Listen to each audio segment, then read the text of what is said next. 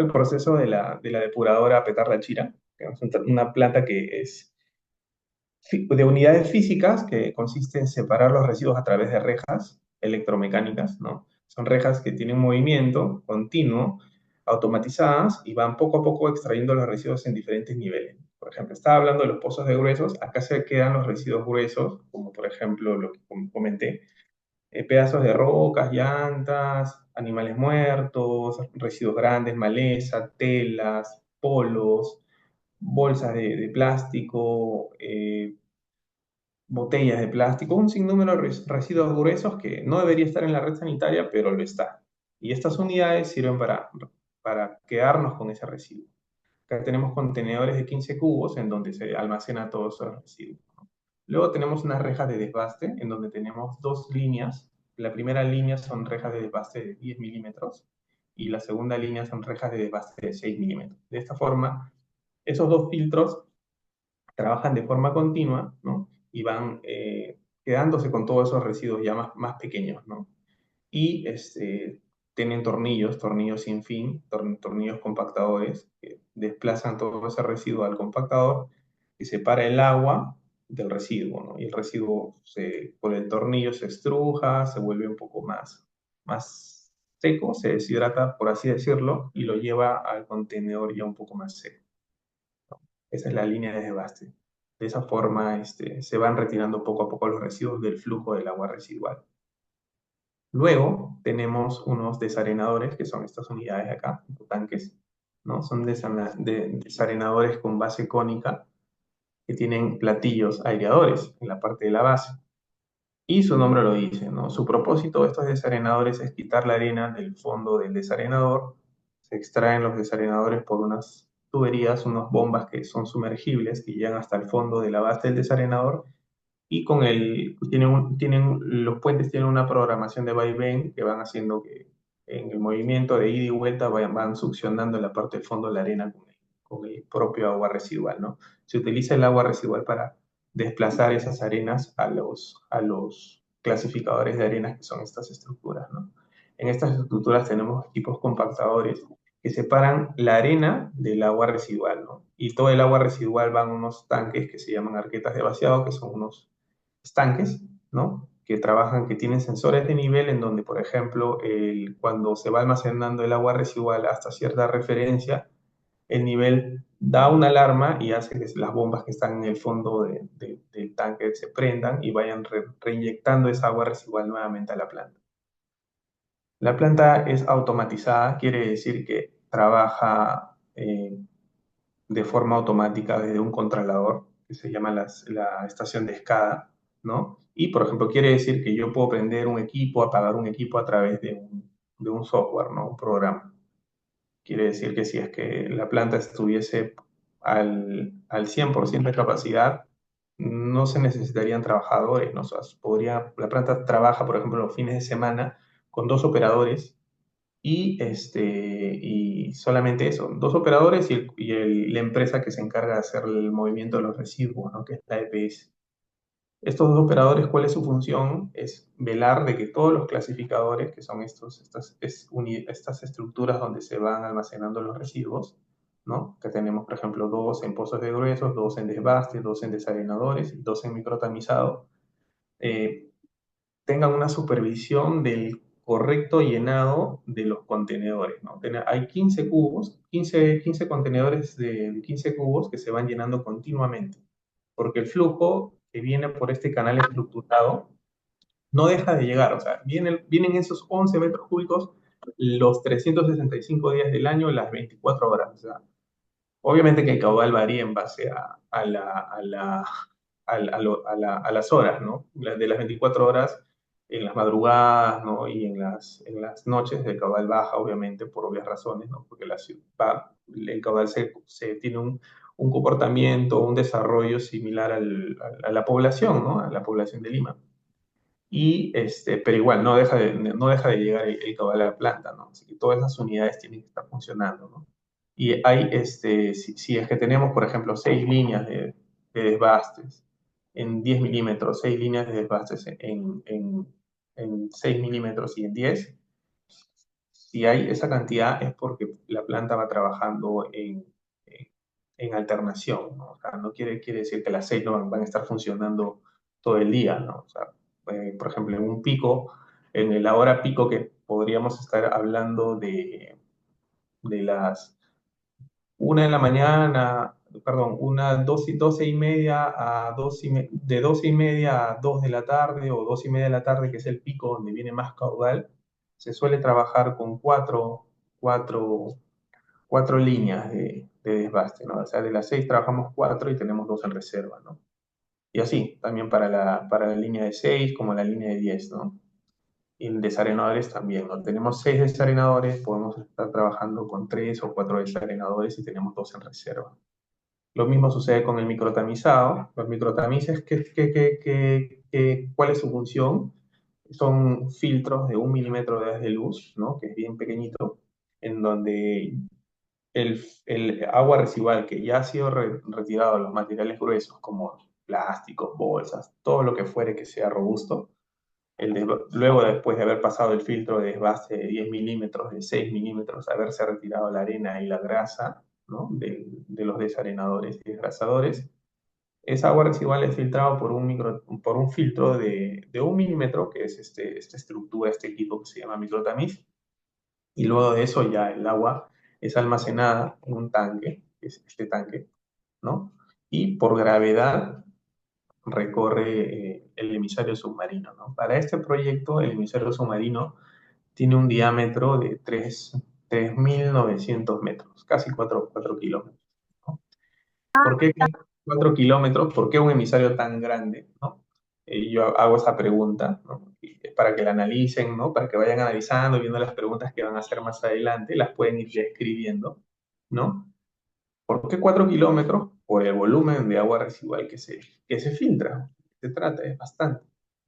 Hago un caso, por ejemplo, que siempre, por ejemplo, cuando he tenido visitas técnicas y he conversado con estudiantes, ¿no? Especialistas que siempre preguntan sobre este sistema, ¿no? O este tratamiento, este proceso de filtración con emisario submarino.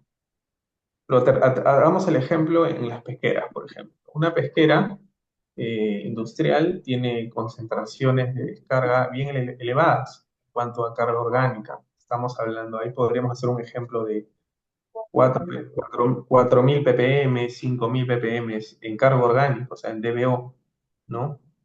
Es bastante concentrado el efluente de una pesquera.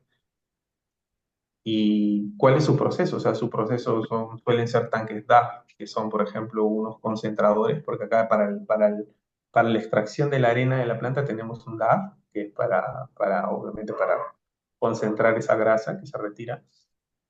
Las pesqueras tienen ese tipo de tecnología, que es una tecnología sencilla, es un concentrador por aireación y en la parte superior tienen unas paletas eh, que van barriendo la grasa que se va concentrando, ¿no? En las pesqueras se suele tener ese sistema, ¿no? Y el emisario submarino es 500 metros, 600 metros. Y la pregunta es ¿por qué? ¿No? Por el volumen, o sea, obviamente el volumen de una pesquera que trabaja de forma intermitente por 3, 4 meses del año es mucho, mucho menor que una planta de esta naturaleza, ¿no?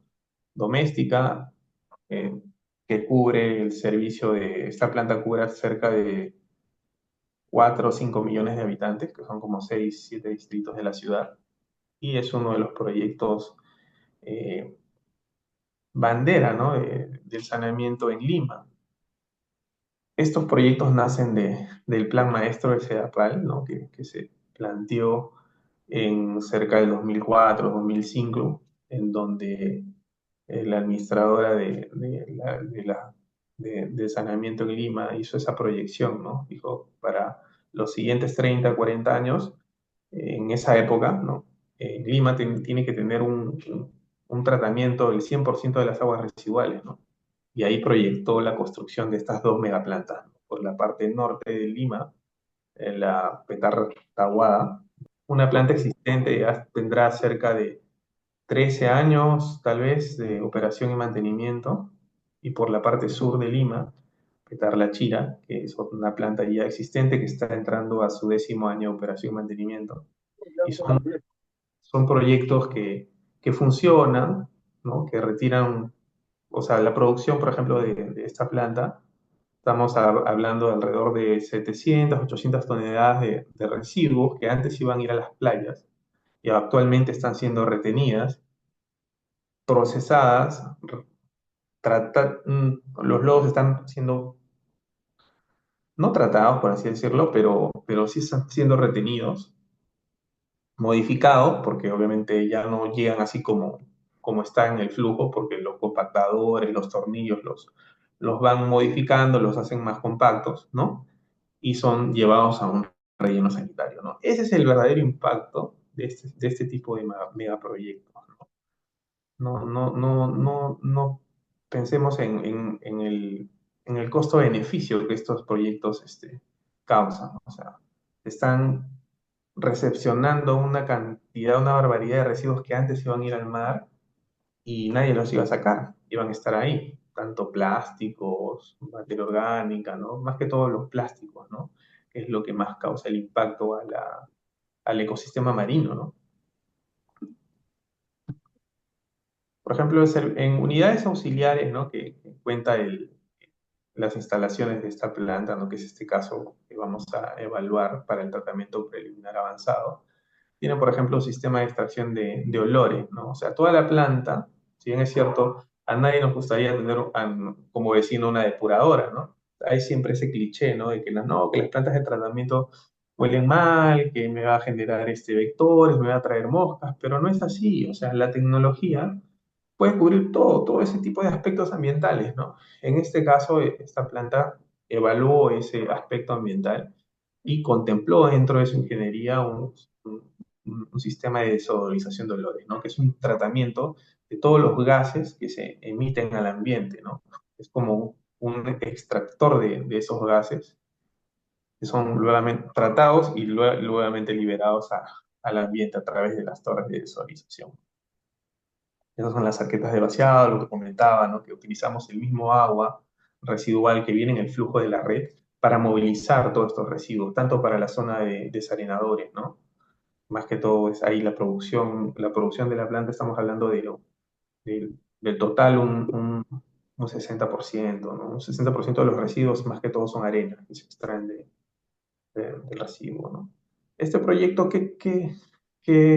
¿cómo impacta este proyecto al medio ambiente, ¿no? O sea, antiguamente, antes que exista el proyecto, las aguas residuales de esta zona de Chorrillo estaban completamente impactadas, ¿no? Tenían con una coloración oscura, no habían peces, nadie se quería acercar por esa zona porque estaba contaminado, por así decirlo, ¿no?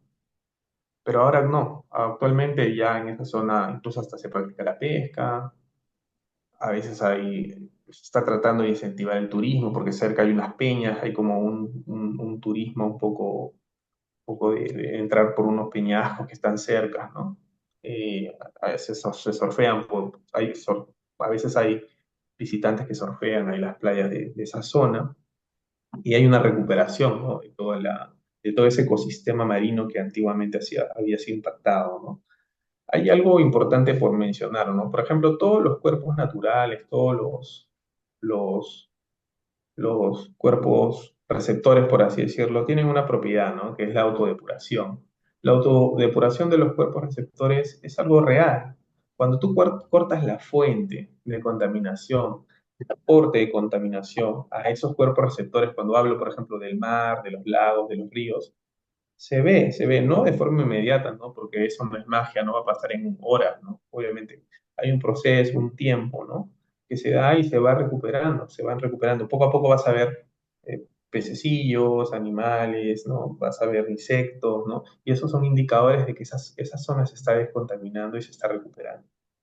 Yo puedo dar fe de que eso se da, es algo real, ¿no? En cuanto a, por ejemplo, a la operación y mantenimiento de esta planta, son plantas si bien es cierto, tratan mucho, mucho caudal, pero la operación no necesita mucha, mucho capital humano, por así decirlo, para que esa infraestructura se maneje, ¿no? O sea, estamos hablando de menos de 20 trabajadores, equipos de mantenimiento de 14 trabajadores, 5 o 6 de ingeniería, de staff, ¿no? O sea, más o menos acá podemos ver, ¿no? 7 operadores, 2 personales de logística, 2 supervisores, no superan los 20, ¿no? Quiere decir que es una operación mm, no costosa, no costosa y viable a lo largo del tiempo. Siempre cuando se hacen proyectos hay que pensar de que los proyectos tienen que ser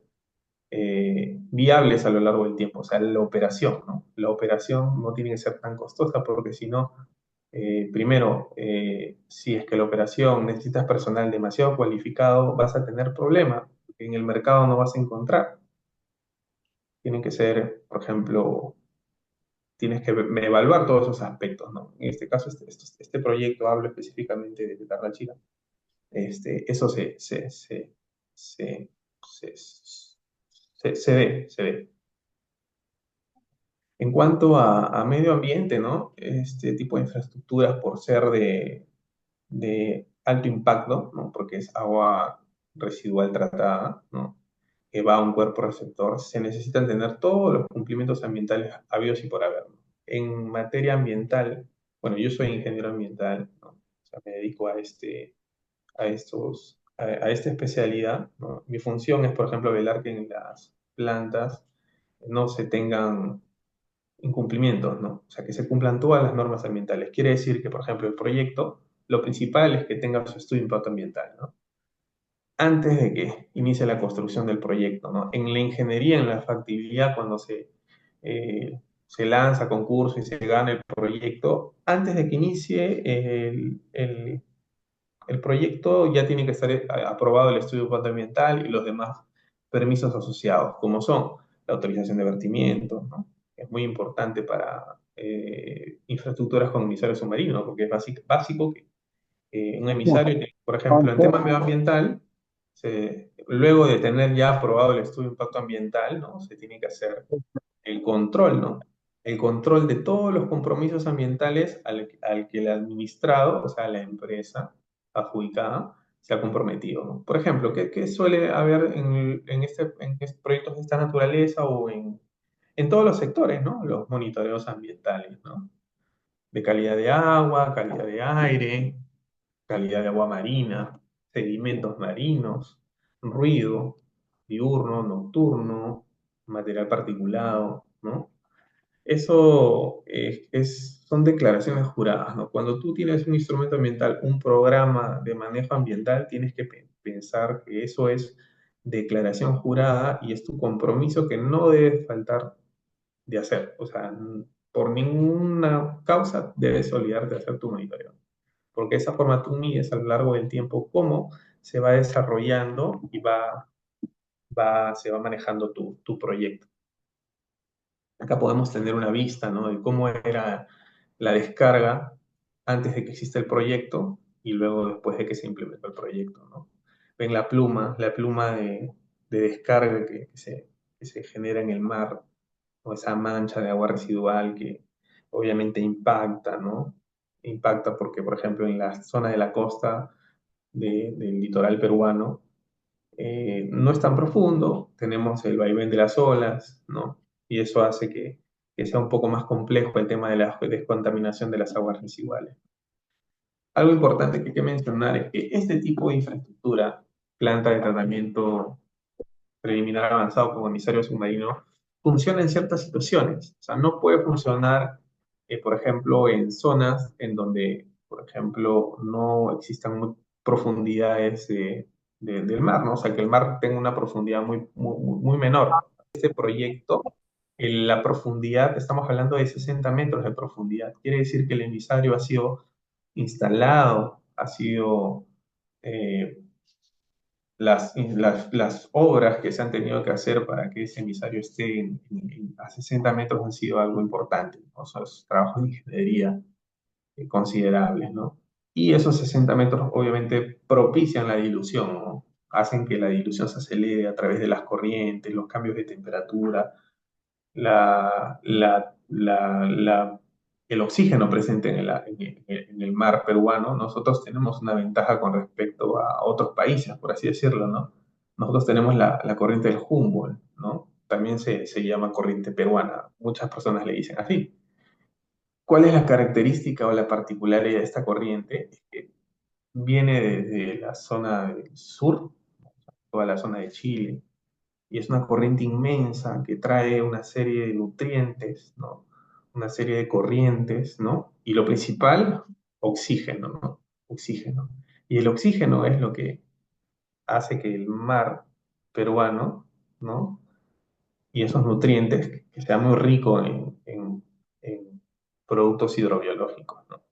Por eso la ventaja de nuestro país y aprovechando esas características en el litoral del mar Peruano funcionan. No en todas las zonas, pero en ciertas zonas sí funcionan este tipo de infraestructuras, ¿no?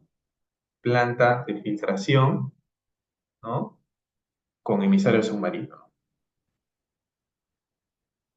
Ya tenemos otras vistas. Vayan haciendo sus preguntas, chicos. Vistas del proyecto, ¿no? En los estudios de impacto ambiental, voy a hablar como por mi especialidad, ¿no? Ingeniería ambiental. En los estudios de impacto ambiental siempre es importantísimo el control de la calidad del agua de mar, por ejemplo. Si yo estoy impactando, de cierta manera, el agua de mar, tengo que saber a qué nivel estoy impactando. Si tenía, por ejemplo, algo muy contaminado, ¿cuánto lo estoy reduciendo? ¿Y cómo lo puedo saber? Por ejemplo, yo si me tomo un vaso de agua, y lo veo clarito, digo, ah, qué bonito, esta agua debe estar limpia. Pero yo, ¿cómo lo puedo saber si está limpia? Tendría que hacer analítica, ¿no? Analítica es hacer análisis de ciertos parámetros químicos para yo saber si es que esto es bebible o no bebible, ¿no? Lo mismo sucede en los proyectos. Nosotros tenemos que saber en qué niveles de contaminación se encontraba el proyecto, se encontraba la zona antes de que esté el proyecto, después de que se puso en marcha el proyecto y durante su operación. Y eso se mide a través de todos los compromisos ambientales que se establecen en el estudio de impacto ambiental, y eso es ley, y eso es declaración jurada, y eso se tiene que evaluar, se tiene que analizar y se tiene que hacer. Tenemos, por ejemplo, puntos de línea de costa, puntos de zona de exclusión, ¿no? Por ejemplo, hablando ya un poco más macro a nivel del servicio, ¿no? De la empresa operadora del Redes de Lima, ¿no? O sea, PAL, ¿no? Cómo ha ido evolucionando el tratamiento de aguas a lo largo de los años, ¿no? Podemos ver que en el 2010, 2011, donde, por ejemplo, no teníamos estos dos megaproyectos, y el caudal tratado iba, por ejemplo, en un porcentaje del 21,3, ¿no? Y vemos que a partir del 2012, donde ya empezaron estos proyectos, se les dio la buena pro, empezó su construcción, su operación, ya tenemos cerca del 90% del caudal tratado. Si hablamos de aguas residuales a nivel Lima, podríamos tomar un caudal, no sé, se me ocurre un 35 metros cúbicos por segundo en todos los desagues que se generan en el. Entre estos dos megaproyectos se trata cerca del 80%. El resto se va distribuyendo en las demás plantas del administrador, que que tiene cerca de 25 plantas en todo Lima. Y esas plantas van tratando caudales pequeños, ¿no? De 20 litros, 30 litros, 60 litros, 80 litros, ¿no? Y de esta forma se ha avanzado bastante a lo largo de los últimos 20, 25 años en cuanto a saneamiento a nivel Lima, ¿no? Esto ya es algo palpable, algo real. Son proyectos que ya tienen más de 10 años. Agua debe tener sus 13 años, la Chira está entrando en el 10.º año, y ha habido un avance importante en cuanto a tratamiento de aguas en Lima, ¿no? Es lógico que el sistema de saneamiento crezca porque va de la mano con el desarrollo de la ciudad, ¿no? Si una ciudad crece, hay más población, hay más habilitaciones urbanas, hay más proyectos, hay más infraestructura, más industria, es lógico, ¿no? Que también su sistema de saneamiento también se vaya desarrollando, ¿no? Por ejemplo, ya dejar atrás el tema de las lagunas oxidadas, ¿no? Los tratamientos por lagunas, que son tratamientos antiguos de los 80, 70, ¿no? todavía son funcionales, hay plantas de esas características que ya tienen ciertas combinaciones, ¿no? Con aireadores, ¿no? Pero estos dos megaproyectos que básicamente estoy contando la experiencia que he tenido, son proyectos que sí le han cambiado la cara a Lima en cuanto a la descontaminación de las playas y las costas, ¿no? Por ejemplo, este es el proyecto, el megaproyecto del norte de Lima, ¿no? Que es Petartaguá. Pueden ver la magnitud, la infraestructura que tiene. La diferencia entre el anterior proyecto quiere decir que este proyecto se hizo primero. Este se hizo cerca del 2011, 2012, y el otro proyecto se hizo luego de 3 años posterior. Por ejemplo, este proyecto, si lo comparo con la Chira, Tahuada trabaja por bombeo. Por ejemplo, acá podemos ver las bombas de agua bruta, se les llamaba así, bombas de agua bruta, la estación de bombeo de agua bruta. En la parte posterior está la estación de bombeo de salida, ¿no? La torre de bombeo. Y era una infraestructura bastante considerable, ¿no? Bastante importante para su época también. Son eran equipos electromecánicos, todos automáticos. Y bueno, actualmente debe estar ya por su 13º año, ¿no? Tenían también un filtro de desodorización que se llamaba turbo orgánica, ¿no? Ahí extraían los gases que se iban emitiendo, ¿no? ¿Qué gas, por ejemplo, es el gas asociado a aguas residuales? Estamos hablando del sulfuro de hidrógeno, el H2S. Es un gas que se genera por la descomposición de la materia orgánica, ¿no? O sea, por ejemplo, eh, tengo agua residual, la materia orgánica que está presente en esa agua residual, si es que se va perdiendo el oxígeno, porque el efluente doméstico tiene poco oxígeno propio de su característica, ¿no? Y ese poco oxígeno se va perdiendo y ahí se va liberando ese sulfuro de hidrógeno, que es corrosivo. Es un gas que tiene componentes ácidos orgánicos y es corrosivo, ¿no? Al metal, es bastante doloroso y eso es lo que se suele extraer de las depuradoras. Entre los distritos, por ejemplo, que cubre es de servicio esta depuradora Petartaguá, tenemos 27 distritos en Lima. Es importante, ¿no? Son 4,5 millones de habitantes, 57% de todo el caudal de Lima. La población de Lima y el Callao es cubierto por esta planta. Tenemos otras vistas, ¿no? Eso es el pozo de gruesos de la planta Petartaguá, ¿no?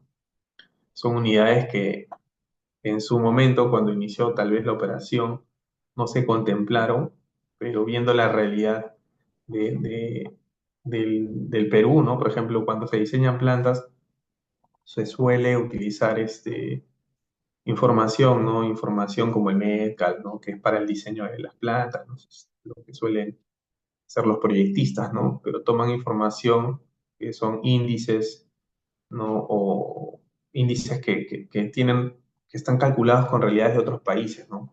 Tal vez, por ejemplo, no sé, Estados Unidos, ¿no?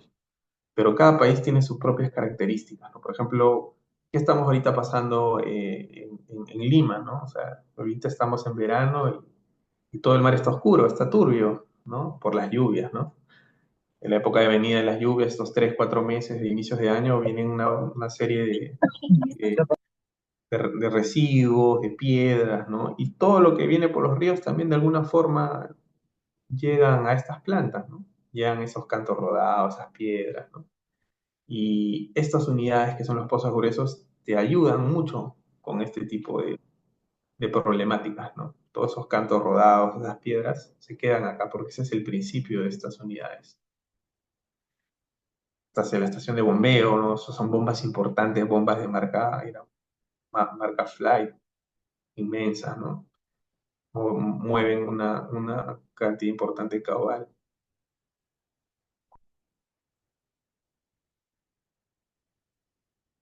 El emisario submarino, si no me equivoco, creo que es de 3,900, también 3,800, casi similar al proyecto La China, ¿no? Pero el caudal es un poco mayor. Estamos hablando de un caudal promedio de 14, un pico tal vez 16, 17. y un máximo de 22, ¿no? Todos los proyectos de infraestructuras de esta naturaleza tienen un diseño de proyección de 25 años, ¿no? Esta y cualquier otra planta de tratamiento siempre hay una proyección de 30 años, pero lo que suele pasar es que esa proyección queda un poco corta por el crecimiento tan rápido de la población, ¿no? Pero bueno, para eso está el tema de la operación y se identifican durante la operación si es que va a haber ampliaciones, no si es que van a haber mejoras, ¿no? Fuentes de contaminación, ¿no? De las aguas, del agua marina, por ejemplo, tenemos los residuos sólidos, aguas residuales poblacionales, efluentes industriales, movimiento de tierra, ¿no? En este caso, estas dos infraestructuras identifican los residuos sólidos, son filtrados hasta un filtro de 1 milímetro, tanto por rototamiz o microtamiz, y es separado y se evita de que lleguen residuos plásticos, inorgánicos, a las aguas marinas, ¿no? Y de esa manera estamos contribuyendo en la contaminación, en la descontaminación de los mares. Lo podemos ver vistas de todo el residuo que se retiró del mar en la etapa de instalación del emisario, ¿no? ¿Cómo se instalan los emisarios? Se instalan por tramos, ¿no? Tramos de 100 metros, se arman en el mar, se les pone como una especie de flotadores en la parte de arriba, se inflan, se fondean en el mar, se empujan con maquinaria pesada y desde el mar con barcazas se van trasladando. Cuando se alinean en el trazo donde debe estar el emisario, previamente obviamente se tiene que hacer un dragado para generar tipo una especie de surco, donde se va a posicionar el emisario con bridas. Este, se va poco a poco alineando y se va desinflando esos flotadores para que el emisario vaya cediendo. Es toda una operación, es todo un proceso, ¿no? Por ejemplo, este residuo que se ve en la imagen es residuo que se extrajo del dragado, ¿no?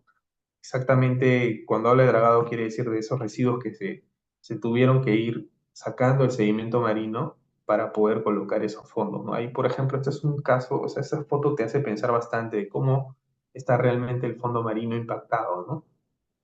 Y es lo que este tipo de proyectos ya corta, a partir del 2012 corta esta se podría decir, eh, alimentación de mar a través de este tipo de residuos, que son los orgánicos. Esa bolsa de plástico va a estar ahí 500 años, 300 años, y no se va a degradar, va a seguir ahí. Se quedará en el fondo marino, pero es mejor que no esté ahí, ¿no? O sea, es mejor filtrarlo a través de un microtamiz y que se vaya a un relleno sanitario, a una instalación diseñada para recibir residuos, ¿no? En donde se paga por metro cúbico que se dispone para su confinamiento, ¿no? Su confinamiento y tratamiento, porque los rellenos sanitarios tienen esa función confinar, pero ellos tienen un diseño, una ingeniería, una recirculación del lixiviado, ¿no? Que obviamente es mucho mejor que estos residuos se vayan en el fondo y estén en el lecho marino. Podemos ver, por ejemplo, antiguamente, como en todo el litoral marino, por ejemplo, estas fotos, recuerdo que las tomábamos cuando hacíamos las mediciones y los controles en todo el litoral marino, ¿no? Y veíamos cómo este tipo de actividades todavía se seguían dando, ¿no? Nosotros, por un lado, tratábamos de hacer renovados para mejorar y que la planta siga operando y retirar todo lo que se pueda de residuo, y por el otro lado estaba la informalidad, ¿no? Que se ve en este tipo de actividades, que espero que ya haya cambiado, ¿no? O haya mejorado. Son los permisos de autorización de vertimiento, ¿no? Ambos proyectos tienen sus permisos de autorización de vertimiento. ¿Cuál es el principio que te indica la autorización de vertimiento? Si vas a verter agua tratada, tienes que tener un permiso en donde se te autoriza exactamente qué volumen de agua residual puedes verter. Y obviamente hay ciertos pagos que se hacen al Estado, ¿no? Eso sería todo. Muchas gracias. Espero les haya gustado la explicación. Igual estoy presto a sus consultas. Sí, chicos, bueno, muchas gracias a nuestro expositor. Ha estado muy interesante el día de hoy el tema. Eh, Invito a todos nuestros participantes si tienen alguna duda, alguna intervención que desean hacer. Una consulta. ¿Sí? Sí, Solamente se ha visto el tema de parámetros físico-químicos, organolépticos, pero microbiológicos se pudo ver. sí, sí, sí, sí. En cuanto a parámetros microbiológicos, se suele realizar los coliformes, fecales, totales, huevos del miltos, nematos. Ese tipo de parámetros se contemplan en este tipo de proyectos. Se analizan tanto en agua residual, ¿no? En la entrada y la salida de la planta, como también en el cuerpo marino. Y los que comentaste, ¿no? Los físico-químicos. Hola, una pregunta, disculpa. ¿En qué normativa indica la cantidad de cloro, el tiempo de retención de cloro que debe estar en las cámaras de contacto para hacer una correcta desinfección? Ujú. El cloro no es recomendable aplicar por ejemplo, en agua residual todavía cruda, por así decirlo, ¿no? Si tú tienes agua residual que tiene todavía cierta, se podría decir, carga orgánica, no es recomendable aplicarle cloro porque ya está comprobado que puede generar más problemas que beneficios, porque se generan productos cancerígenos en sí, que impactan más los ecosistemas, se generan Tribulometanos. No, la pregunta era, en la cámara de contacto yo tengo un nivel de turbiedad de 3 NTU. Pero ahí está apto para clorar, no hay ningún problema. Si no, en base a tu experiencia, ¿has encontrado alguna normativa, algo que te diga que tienes que clorarlo el agua? ¿Cuánto tiempo debe estar el agua en la cámara de contacto? Esa era la pregunta. para diseño de plantas de agua potable hay unas normativas. La OS, hay una OS para plantas de agua potable en donde te establecen ahí los parámetros y las concentraciones de cloro que tienes que tener para tu cámara de contacto. Incluso el CEPIS, el CEPIS, que es una entidad que te da normativas, bueno, te pueden servir de referencia para ver el tema de las concentraciones, ¿no? Del cloro en las cámaras de contacto. Eso más que todo es el diseño, ¿no? Diseño. Yo más que todo soy operador. Yo he trabajado, mi experiencia más que todo es de operación, no de diseño, pero por el conocimiento que tengo, ¿no? Cuando he estado más o menos cercano al diseño, revisando expedientes, existen la 090. Ahí te establecen por etapas del proceso, pero la OS 090 te da todos los parámetros para el tema de la cámara de contacto, ¿no? No, sí, claro, sí te da los parámetros del diseño. O sea, la consulta era si en algún momento tú has Sí. encontrado, porque igual que tú he operado en las plantas, mayormente nos basamos en base a lo que dice el agua potable, ¿no? Incluso en la red desde que sale de la planta, tiene que haber un cloro residual, ¿no? Y hay una concentración hasta la salida del caño, ¿no? Pero no he visto, por ejemplo, de los dos casos que he hablado, nosotros no utilizamos cloro. O sea, la planta sería perjudicial aplicar cloro, hipoclorito, a agua residual que tiene carga orgánica. Sí, claro, siempre y cuando estemos con un nivel de NTU alto, ¿no? Ahí sí Sí. estaríamos perjudicando. Pero si De los tenemos dos, un nivel de NTU menor a 5, no habría ningún problema. claro, va Particularmente, más cercano a agua potable la pregunta que me... no, mira, lo que pasa es que todas las plantas de tratamiento que yo he operado tienen cámara de contacto, pero Ujú, en mi experiencia, igual que tú, he estado buscando si en alguna normativa habla, ¿no? De clorar el agua residual. Dice que sí se debe clorar, pero no dice el tiempo de contacto. Entonces, en base a nuestra experiencia, nosotros, porque en el agua potable dice debe estar 30 minutos como mínimo para que haya ujú. una correcta desinfección, pero el de Sí, agua residual no he encontrado. Era por ello mi consulta. Gracias. claro. Sí, gracias, Roberto.